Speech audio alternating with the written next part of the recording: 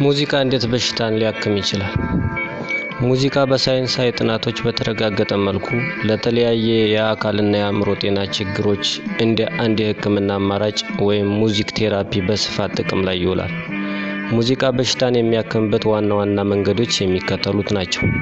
አንደኛ፣ የጭንቀትና የውጥረት መቀነስ ወይም ስትረስ ኤንድ አንዛይቲ ሪዳክሽን። ሙዚቃ በአእምሮ ውስጥ ያለውን የጭንቀት ሆርሞን ወይም ኮርቲሶል መጠን በመቀነስ ሰውነት እንዲረጋጋ ያደርጋል። ዘና የሚያደርግ ሙዚቃ የልብ ምትንና የደም ግፊትን በማስተካከል የጭንቀት ስሜትን ያስወግዳል። ሁለተኛ፣ የህመም ማስታገሻ ወይም ፔን ማኔጅመንት። ሙዚቃን ማዳመጥ አንጎል ኢንዶርፊን የተባለ ተፈጥሯዊ የህመም ማስታገሻ ንጥረ ነገር እንዲመነጭ ያነሳሳል። ይህም በተለይ ለረጅም ጊዜ በሚቆይ ህመም ክሮኒክ ፔን ወይም ከቀዶ ጥገና በኋላ ህመምን ለመቀነስ ይረዳል። ሶስተኛ፣ የአእምሮና የማስታወስ ችሎታን ማሻሻል ወይም ብሬን ፋንክሽን ኤንድ ሚሞሪ። በአልዛይመር ወይም በማስታወስ ችግር ለሚሰቃዩ ሰዎች ሙዚቃ ትልቅ መድኃኒት ነው። የድሮ ትዝታዎችን የሚቀሰቅሱ ሙዚቃዎች የአእምሮ ንቃትን ይጨምራሉ፣ የማስታወስ ችሎታን ያነቃቃሉ፣ እንዲሁም ሰዎች ከሌሎች ጋር ያላቸውን ግንኙነት እንዲያጠናክሩ ይረዳቸዋል።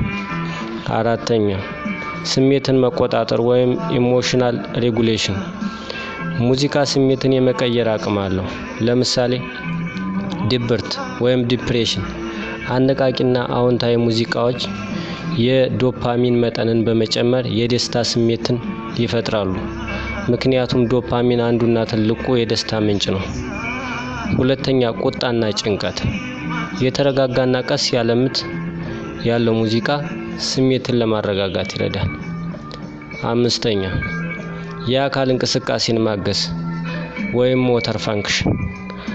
ለአካል ብቃት እንቅስቃሴ ወይም በስትሮክ ምክንያት እንቅስቃሴያቸው ለተገደበ ሰዎች የሙዚቃው ምት ወይም ሪትም ሰውነታቸው በትክክለኛ ጊዜ እንዲንቀሳቀስ በማነሳሳት የመልሶ ማቋቋም ወይም ደግሞ ሪሃቢሊቴሽን ሂደቱን ያፋጥናል።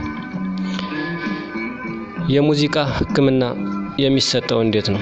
ሙዚቃ እንደ ሕክምና ሲሰጥ ሁለት ዋና ዋና መንገዶች አሉት። የመጀመሪያው አድማጭ መሆን።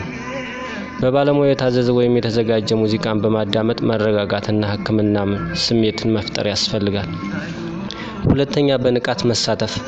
መሳሪያ መጫወት፣ መዝፈን ወይም በግጥም መልክ ስሜትን መግለጽ። ይህ ዘዴ በተለይ ለንግግር ችግር ወይም ለስሜት መጎዳት ለማስተካከል ከፍተኛ ጥቅም አለው። ማሳሰቢያ፣ ሙዚቃ እንደ ተጨማሪ የሕክምና ዘዴ የሚረዳ እንጂ ለከባድ በሽታዎች ሕክምና የሚሰጠው ዘመናዊ የሕክምና አገልግሎት ሙሉ ለሙሉ የሚተካ አይደለም። እናመሰግናለን።